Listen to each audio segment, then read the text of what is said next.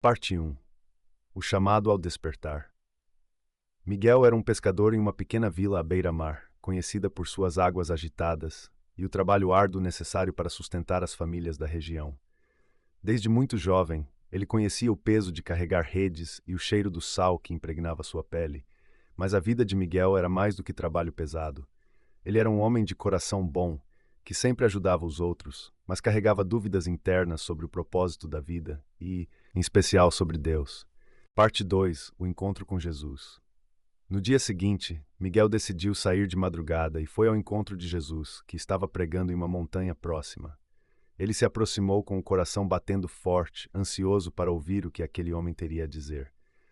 A multidão era grande, mas Jesus falava de maneira tão compassiva e com uma voz tão poderosa que parecia que falava diretamente para ele. Jesus ensinou sobre o Pai e sobre a importância da oração. Disse que a oração é o modo de nos conectarmos com Deus e que ele não deseja orações vazias, mas uma conversa sincera.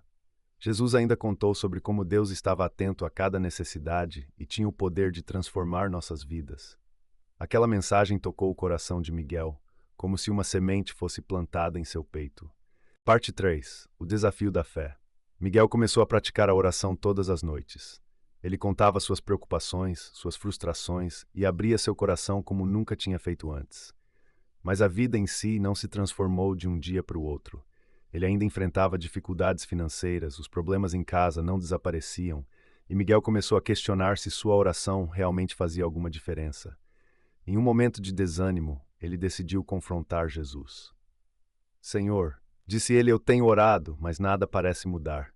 Onde está esse poder transformador que você falou?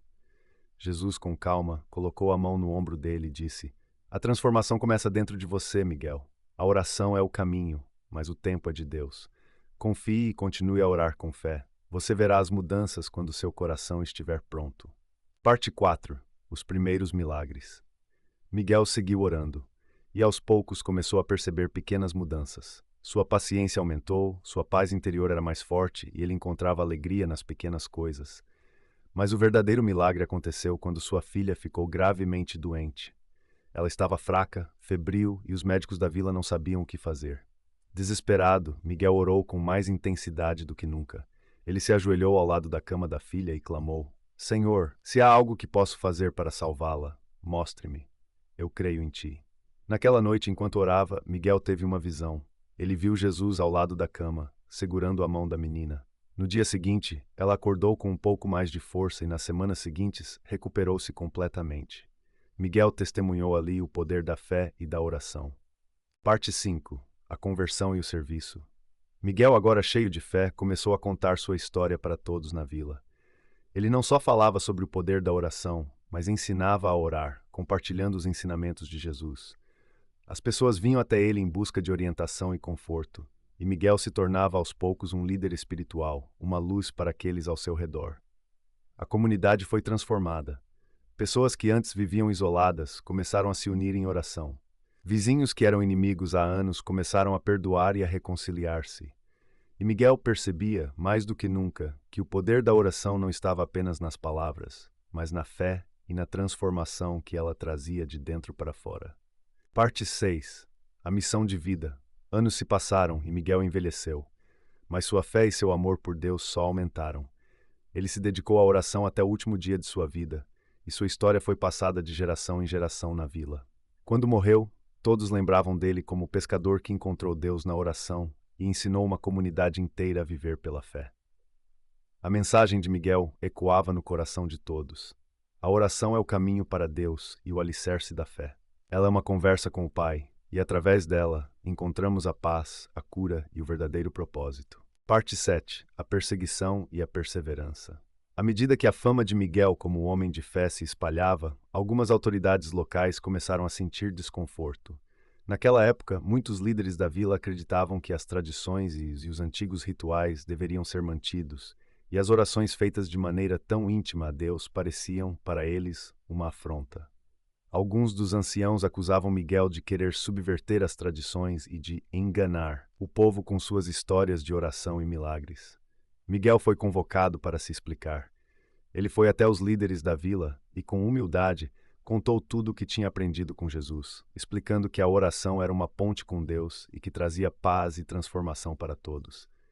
Ele não acusava ninguém e tampouco tentava converter à força aqueles que discordavam.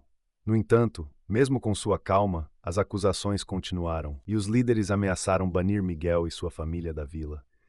Diante dessa situação, ele orou novamente. Orou pedindo força para enfrentar a rejeição e sabedoria para continuar ajudando sua comunidade. Durante a oração, sentiu uma paz indescritível e lembrou-se das palavras de Jesus. Bem-aventurados os perseguidos por causa da justiça, pois deles é o reino dos céus. Naquele momento, entendeu que sua missão era maior do que qualquer oposição. Miguel permaneceu firme e a comunidade, inspirada pela coragem e fé dele, começou a se unir ainda mais. Muitos enfrentaram as críticas e apoiaram Miguel publicamente, até que os líderes, sem forças para contrariar a união da vila, decidiram deixar que ele continuasse sua missão. Parte 8. A formação de uma comunidade de oração. Com o tempo, Miguel e alguns moradores construíram uma pequena casa de oração, um espaço simples onde as pessoas podiam se reunir para orar e compartilhar suas histórias. Ele incentivava todos a orarem não só por si mesmos, mas uns pelos outros e até pelos que os perseguiam. Uma noite, durante uma dessas reuniões, uma viúva chegou chorando, implorando por ajuda. Seu filho, o único que tinha, havia se metido em problemas e estava à beira da morte após uma briga violenta. Ela pediu a todos que orassem por ele, mesmo sabendo que o rapaz era conhecido por sua rebeldia e por causar problemas. Miguel liderou a oração, clamando com fé por um milagre. Durante o momento de oração, ele encorajou a comunidade a acreditar que ninguém estava além da salvação de Deus. E naquela noite, algo inesperado aconteceu. O rapaz sobreviveu e se recuperou. A comunidade ficou profundamente tocada, e até mesmo alguns dos opositores começaram a questionar suas crenças. Parte 9. A provação mais difícil, a fé testada na perda. Anos depois, Miguel enfrentou uma das maiores provas de sua vida. Seu filho mais velho, também pescador, saiu para o mar em um dia de tempestade e não voltou. A notícia trouxe dor e sofrimento a Miguel e sua família. A comunidade inteira ficou em luto, pois aquele era o filho do homem que tanto os ajudara. Miguel se isolou por alguns dias, devastado pela dor.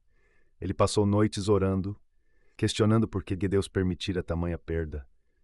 Mas, mesmo em sua dor, não desistiu de sua fé. Ele lembrou-se das palavras de Jesus: "No mundo vocês terão aflições, mas tenham ânimo, eu venci o mundo."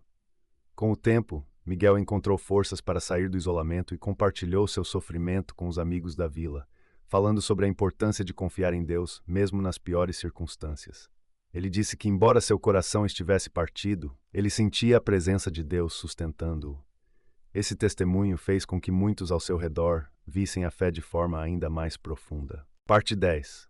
O último milagre e o legado. Miguel envelheceu, e sua saúde começou a falhar.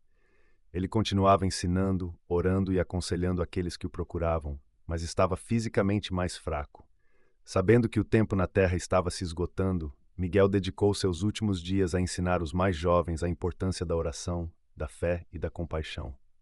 Na última noite de sua vida, Miguel fez uma oração final, agradecendo a Deus por tudo, pelos milagres e pelas provações, por cada ensinamento de Jesus e por todos os momentos em que pôde servir e ajudar os outros.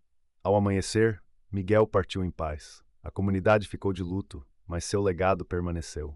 No funeral que foi realizado na pequena casa de oração que ele ajudara a construir, todos se lembraram de Miguel como o pescador que ensinou a vila inteira sobre o amor de Deus e o poder da oração. De geração em geração, contavam como ele mudou as vidas de muitos ao seu redor, e como, por meio dele, eles aprenderam a confiar em Deus mesmo nas dificuldades. Epílogo: o eterno poder da oração. Anos após a morte de Miguel, uma tempestade terrível atingiu a vila e os moradores, apavorados, começaram a se reunir na casa de oração, pedindo proteção. Ali um jovem descendente de Miguel se levantou e, com a mesma fé que seu avô, começou a orar em voz alta, clamando a Deus. As pessoas oraram com ele e, milagrosamente, a tempestade começou a cessar. Esse jovem, inspirado pelo legado de seu avô, continuou a liderar a comunidade em fé e em oração, assegurando que o ensinamento de Jesus sobre o poder transformador da oração nunca fosse esquecido.